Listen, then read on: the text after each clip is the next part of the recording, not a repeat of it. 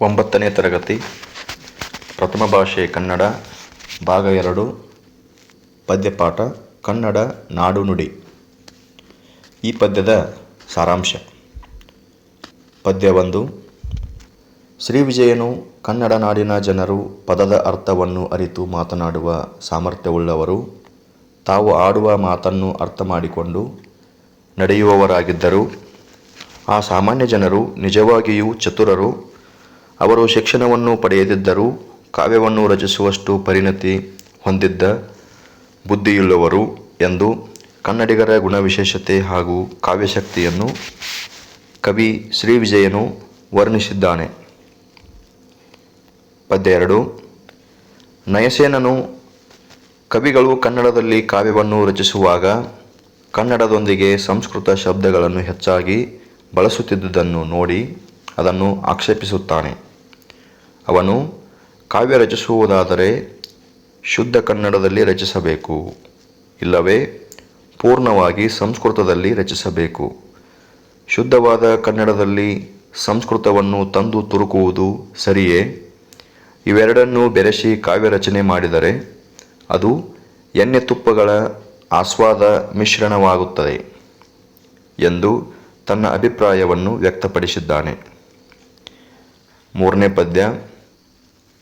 ನೇಮಿಚಂದ್ರನು ಕವಿಗಳ ಕಾವ್ಯಶಕ್ತಿಯನ್ನು ಕುರಿತು ಮೆಚ್ಚುಗೆಯ ಮಾತುಗಳನ್ನಾಡುತ್ತಾ ರಾಮಾಯಣದಲ್ಲಿ ವಾನರ ಸೈನ್ಯವು ಸಮುದ್ರಕ್ಕೆ ಸೇತುವೆಯನ್ನು ಕಟ್ಟಲಿ ಕಟ್ಟದಿರಲಿ, ವಾಮನಾವತಾರದಲ್ಲಿ ವಾಮನನು ಆಕಾಶವನ್ನು ತನ್ನ ಕಾಲಿನಿಂದ ಮುಟ್ಟಲಿ ಮುಟ್ಟದಿರಲಿ, ಮಹಾಭಾರತದಲ್ಲಿ ಅರ್ಜುನನು ಶಿವನ ಗಂಟಲನ್ನು ಒತ್ತಿ ಮೆಟ್ಟಲಿ ಮೆಟ್ಟದಿರಲಿ.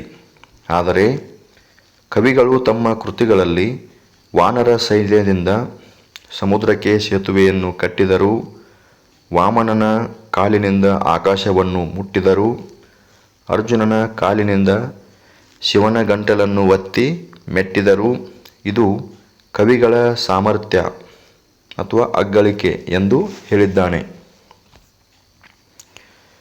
ಮುಂದಿನ ಪದ್ಯ.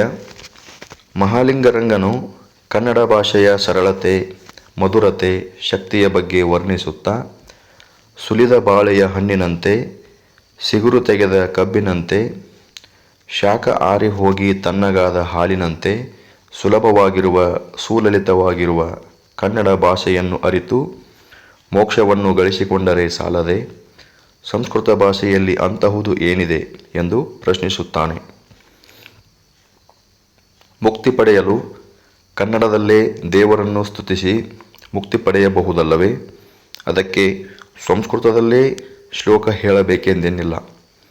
ಸಂಸ್ಕೃತ ಭಾಷೆಯಷ್ಟೇ ಶಕ್ತಿ ಕನ್ನಡ ಭಾಷೆಗೂ ಇದೆ ಎಂದು ಕವಿ ಅಭಿಪ್ರಾಯಪಟ್ಟಿದ್ದಾನೆ.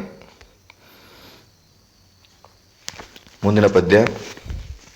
ಆಂಡಯ್ಯ ಕನ್ನಡ ನಾಡಿನ ಸಸ್ಯ ಸಂಪತ್ತನ್ನು ಕುರಿತು ಕನ್ನಡ ನಾಡಿನಲ್ಲಿ ಮಲ್ಲಿಗೆ ಅಲ್ಲದೆ, ಸಂಪಿಗೆ ಅಲ್ಲದೆ, ಕೆಂಪಾದ ತೆಂಗು ಅಲ್ಲದೆ, ಮಾವು ಅಲ್ಲದೆ, ಅಡಿಕೆ ಅಲ್ಲದೆ ಗಿಡಮರಗಳೇ ಇಲ್ಲ ಎಂದು ವರ್ಣಿಸುತ್ತಾನೆ.